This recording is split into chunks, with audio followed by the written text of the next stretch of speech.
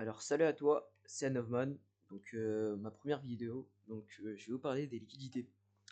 Donc la sell side liquidity et la buy side liquidity. Donc c'est des liquidités. Je vais expliquer ce que c'est, comment ça marche et comment tirer des profits là-dessus. Alors donc imaginons on a un marché comme ça, donc plutôt haussier, et là quelque chose comme ça. Donc les liquidités, ça va être vraiment des points, par exemple le point le plus haut et le point le plus bas du marché. Donc on va les tracer, on va mettre ici. Donc buy side liquidity.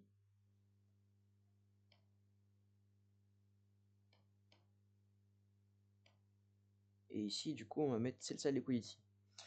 Alors donc, imaginons le marché, il a créé ces deux points, donc le point le plus haut, le point le plus bas. Et donc le marché, en fait, le marché, il bouge de liquidité à liquidité. C'est-à-dire que, par exemple, là, le marché, il va faire quoi? Il va y aller prendre la sell side liquidity, pardon. Il va la prendre, après il va remonter pour prendre la buy side, et comme ça, etc., etc. Donc en fait, c'est comme ça.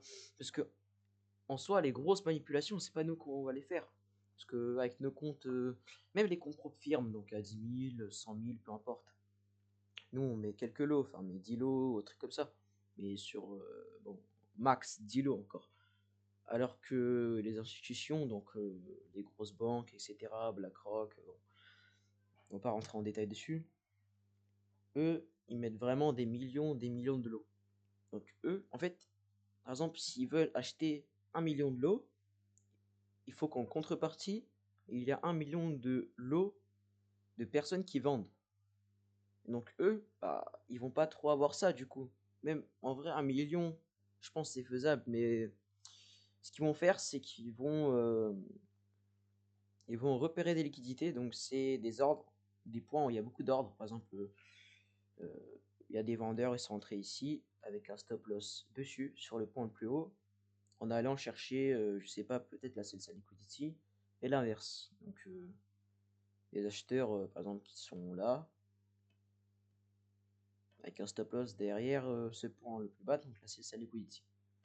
Donc il y a beaucoup de personnes qui traitent comme ça. Donc là, la smart money, donc les banques, les institutions, ils vont aller chercher tous ces stop loss. Ils vont y aller comme ça, ils vont prendre les stop loss d'un coup, c'est-à-dire qu'il y a tout le monde qui sera liquidé ici. Et après, ils vont commencer à acheter de petit à petit et exploser le marché. Donc après, c'est pas toujours comme ça, mais avec un bon setup, on peut trouver un bon achat dessus. Donc à chercher la baisse liquidity, par exemple. Excusez-moi. Donc, donc, je vais vous expliquer, je vais vous montrer sur les marchés réels, donc en quoi ça consiste. Par exemple, on va y aller sur le gold. En, non, en H4. Donc, je vais vous montrer ici donc ça, comment les repérer et comment tirer des profits là-dessus. Donc par exemple là en H4 on voit quoi? On voit qu'il y a eu, on était en tendance haussière, il y a eu une correction baissière, et là on est reparti en tendance haussière, mais là on consolide, on range quoi. Donc nous on va voir quoi? On va voir par exemple le point le plus bas ici, donc on le trace, et on met sell side liquidity, donc c'est la liquidité des vendeurs, et ça buy side liquidity, donc la liquidité des acheteurs. Donc nous, le marché, qu'est-ce qu'il va aller faire? Il va potentiellement le faire, mais bon, c'est pas toujours sûr. Il va par exemple retracer comme ça, comme ça, comme ça. Et là, bam, il va liquider tous les acheteurs ici. Il va commencer à retracer un truc comme ça. Il va faire comme ça, comme ça, comme ça. Après, il va exploser. Donc, nous, ce qu'on va aller chercher faire, on va aller chercher à faire, pardon, c'est donc de rentrer ici en achat. Et du coup, aujourd'hui, je vais vous montrer une stratégie qui peut marcher, mais faut bien l'utiliser.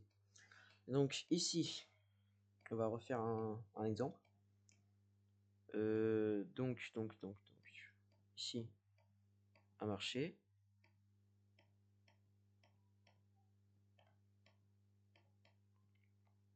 On va tracer la buy side liquidity.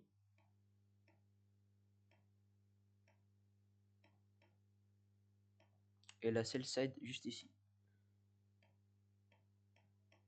Du coup, ce qu'on va faire, c'est qu'on va attendre que le marché il prenne soit la buy side liquidity, soit la sell side. Donc le marché, il va faire comme ça, comme ça. Et dès qu'il apprend, faut faire attention que ça soit pas un break of structure. Donc un break of structure, je me rappelle c'est quoi? C'est donc, par exemple, là on était en tendance haussière. Et là, bam, au lieu de prendre ces liquidités là, on va juste plus bas. Donc nous on veut pas y aller, on veut pas que le marché juste prendre notre stop loss et va du coup dans le sens inverse qu'on veut. Nous ce qu'on va attendre, ça veut dire ce que c'est un retest. Donc un retest c'est un rebond en soi. Donc le marché va faire ça. Et on va attendre un break of structure. Donc un break of structure, ça veut dire que un break of structure, bah, c'est un genre de changement de tendance. Donc ici on va tracer break of structure.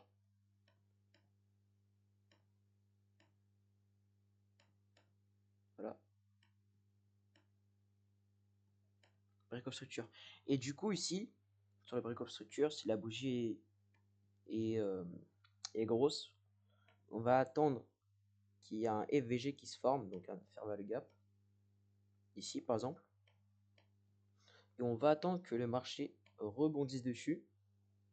D'habitude c'est sur les 0,5%, donc sur la moitié du fair value gap. Et après il va potentiellement monter. Donc c'est ça la stratégie, elle va consister en ça. Donc on va essayer de trouver des exemples en marché réel. Par exemple, voilà. Il y a un bon exemple ici. Donc on voit quoi? On voit qu'il y a une sell liquidity. Donc on la trace. On voit que le marché est venu mécher dessus, puis repartir à la baisse. Mais sauf que nous, du coup, comme on a dit, on veut un break of structure et un FVG. Donc bon, dans cet exemple, c'est plutôt un market structure shift, mais bon, peu importe, c'est la même chose. Donc ici, on va attendre un market structure shift sur le point, un point comme ça, donc un point le plus bas, pas celui-là non plus, mais genre par exemple lui, il sera bien. Donc ici, on trace, on voit que la bougie, elle a cassé ce niveau, donc principalement, on va y aller plus bas. Et ce qu'on va attendre aussi, c'est un fair value gap. Donc fair value gap, c'est, je vais vous expliquer, c'est par exemple une bougie comme ça.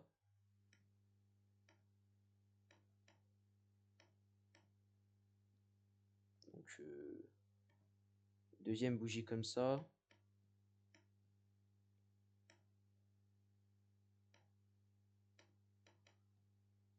Oula, excusez-moi, ça va déborder un peu. Et la troisième comme ça, donc voilà. Et du coup, nous on va prendre quoi? Cet écart là entre les trois bougies. Donc c'est un fair value gap. On va prendre cet écart là, on va le tracer. Et d'habitude le marché quand il fait un gros mouvement, par exemple baissier, du coup dans cet exemple là, il va aller retracer sur ce niveau pour après aller encore plus bas.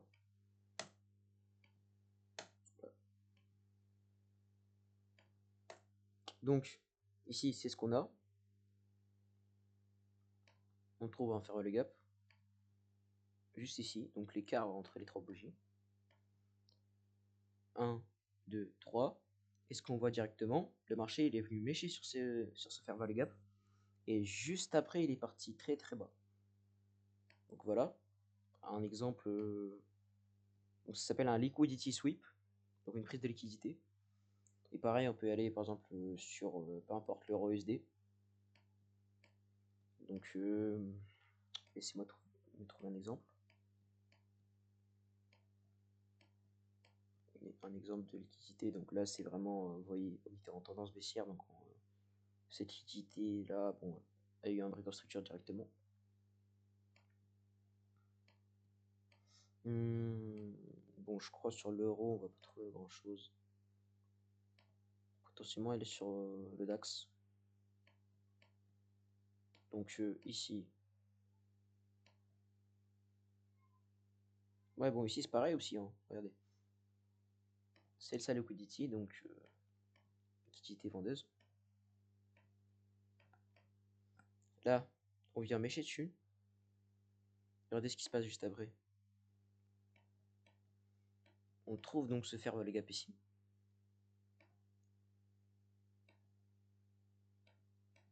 On voit que le marché, il est venu, il nous a fait un rebond, il est reparti à la hausse. Donc après ici c'est pareil, il faut attendre un break of structure. Donc par exemple ce point là, on attend que le marché casse ce point là et il vient chercher le fair value gap. Après il part très très haut. Donc c'est un exemple d'achat aussi d'ici du coup. Bah donc voilà, c'est tout, hein. Merci d'avoir regardé la vidéo. Abonnez-vous, likez la vidéo, comme ça YouTube il verra que bon, potentiellement je propose du bon contenu et donc pourra me mettre plus haut donc dans les recommandations par rapport aux vidéos trading et ça me fera vraiment plaisir. À la prochaine vidéo.